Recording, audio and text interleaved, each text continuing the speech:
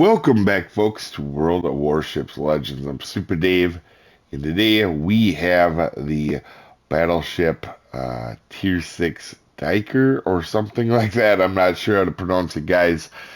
Anyway, it is just a French Gneisenau in what it is. So, uh, we are going to go ahead and take a look at the commander. It is, in fact, as you can see here, just Robert Gerard with a skin, Gerard with a skin, and we are using Shard and Cunningham. Anything you can do to get accuracy on this ship, well, French ships help too, but because this is a Gneisenau, you want as much accuracy as you can get, and the borer is the Gerard's normal base trait. We're using flammable cannoneer, generating drill bits, marksmanship, reaching out XXL, and fight fire with fire. For our upgrades, we are using the obvious aiming systems mod 1. For the second one, propulsion mod 2. As I play longer in the game, I like the propulsion mods on everything pretty much now, and the concealment mod 1 in the last slot. And for your consumables, you have 3 heals, and they're not terrible. They definitely come in handy. 3 of the spotter planes, and 3 sonars, or 2 sonars. And these sonars are actually really handy. Every match that I've had in this thing, these have came in very handy. As you guys know, I like to hunt destroyers, and in this ship, it's no different. These will actually come in very handy. Um, if you're me and you like to get close up with this ship with island cover, the ship isn't accurate enough to really play it at long range too much, but the sonars do come in very handy for that. So survivability, 54,000 health, a little on the low side. Artillery, you do have the 6 380 millimeter guns. Your firing range is 17.6, so not too bad, and your reload is 27 seconds, which you would think is, really quick, but having only 6-inch guns, that is something not too wonderful, actually. And this is not a DPM monster by any means. Uh, so if you look at the HE damage, you don't want to be shooting HE out of this thing very often. It is a third of your AP damage. You do have torpedoes. They do come in handy.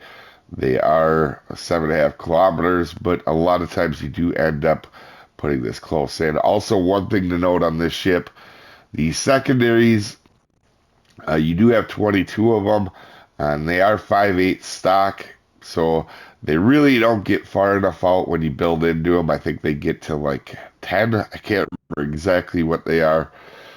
You can build into secondaries if you would like, but when you go up against Tier 7, which a lot of times you do in this, again, like the Gneisenau, the secondaries just aren't valuable at Tier 7 at all. So AA defense, 82, again, like Gneisenau, not bad AA, actually. And maneuverability, pretty quick. Turning circle's not great, and the rudder's not great, but that speed is actually pretty helpful at Tier 6. Detectability is 12.6. I'd show you stats, but I only have a few battles in it. I haven't lost in this thing. For some reason, like the Gneisenau, I do very well in this ship, and it makes sense. So you can see the bow and stern plane, or your stern is 25, meaning anything over 14 inches will overmatch. And then you do have that extended little bow here. There we go. That extended icebreaker on this. It's really extended bow or belt armor, but it's hard to get overmatched in this ship, especially when you're up close with this thing. Is pretty tanky ship all overall, but you're more going to have issues at distance with this ship. Let's go ahead. You can see the Citadel. And you can see even it has a slight turtleback on it. It's not going to save your butt a whole lot, but it does help. The problem with this ship is when you get shot at distance. And again, you can see this is the superstructure of it right there. And it actually has, I mean, there's quite a bit of superstructure to actually hit. And at distance, them plunging shells can citadel you. That's kind of the thing with the German ships. I know this is French, but this is a Gneisenau. That when you get them at distance, you can get citadels on them, especially with American ship where they have them long plunging fire or AP rounds coming down in at you. As we go ahead and start this match and check who we're up against, I do want to say it is disclaimer time. This is a beginner's guide to help out people just learning this ship or learning the game in general. This is not for professional gamers that know everything there is to know about everything. There is also multiple ways to build and play ships, so opinions will vary. I am just a above average player. I don't claim to be the best player in the world. I just am a pretty darn good player. So I do make mistakes. You're going to see some in this match. And also, you didn't come to this video to see how to pronounce names, as I am very terrible at slaughtering other beautiful languages. It's almost an art form, so keep that in mind when you're watching this, guys. With that, we are top tier, actually, at Land of Fire. I like this map a lot. And out of these two new ships, the only match I was top tier, but it doesn't really matter. I've had the very similar matches in this game. For some reason, I don't know what it is about Gneisenau in general, and this is, like I said, the Gneisenau. I don't do a lot of damage in them, but I win a lot, and I think it's because I put myself in positions to really help out a lot with this ship. I have a tendency to be kind of aggressive with it, and they're, you know, just like guys and all. You know, I have some good damage games, but most of them are very middle of the pack, but winning. And this ship, I haven't lost in. It's only 4 matches. Gneisenau, I have a like almost an 80% win rate in that ship, with a fair amount of matches. You know, not just like 5. I think I have like 30 matches in that ship, and I don't average a lot of damage in them, but I average taking out a lot of destroyers in them, and I put myself in pretty helpful positions to help teammates. One thing is with these ships. I have a tendency to forget till I get back in them, as you get the King George here broadside. We're going to take a couple shots as you kind of forget how tanky these ships are. Now, while I'm pushing in here, I'm not trying to rush to their side. I'm trying to put myself in a position to counter the middle. As you can see, that's what I was working on. This map, I love spawning middle because you can do so much chaos in the middle of the map.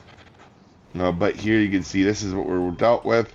You see I pop my sonar, and there's a Mohan, and we're going to, you know, obviously spot him for our teammates with our sonar and work on the King George. And this is why this ship and that sonar can be very helpful. You know, for the most part, I snuck in, didn't really get spotted, and we lit up Mahan to go ahead and get it, or Monahagan. Oh, I pronounced that way wrong. But anyway, to get rid of it. Now there's North Carolina pushing up, and so these guys over in the middle, they're not really paying attention to me right now, so I'm firing away at them a little bit here. But we're going to work around going around this island so we can get to their flank. But you notice I didn't rush up and do anything dumb in a German battleship. You know, I'm aggressive, but I don't put myself in terrible positions here. And again, we haven't had a crazy game by any means, but 30,000 damage, also helping get rid of a destroyer early on, is pretty significant. But you can see our guys left the middle.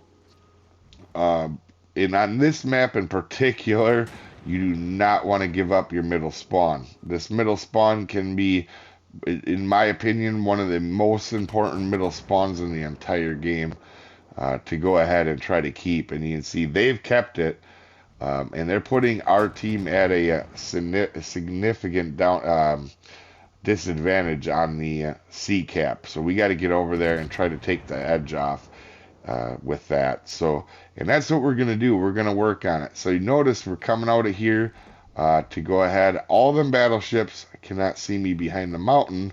And we're going to take a shot here at the Duke of York. But you notice I'm spotted.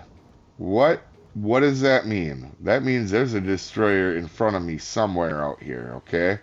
So that you can see, I instantly realized I'm trying to figure out, is it in front of B, or is it in B cap, or is it over by me on the left hand side? I still not sure. I'm letting people know, hey, there's something over here because I shouldn't be spotted right now.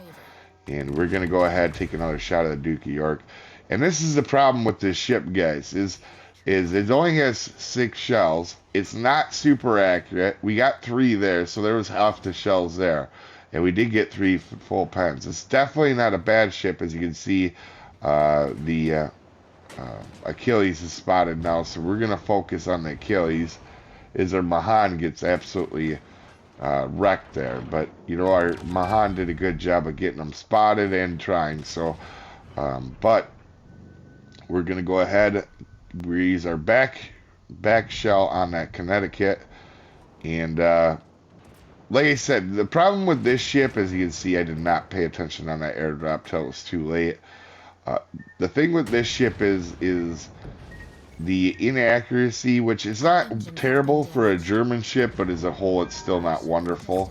You only have 6 guns, and they only go off every 30 seconds, so it's not like you're getting a lot more quicker reload.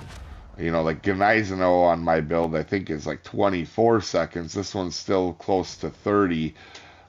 So, in my opinion, I like Gneisenau better. This does have the advantage of the having slightly longer secondaries, but in my opinion, still not really worth building into.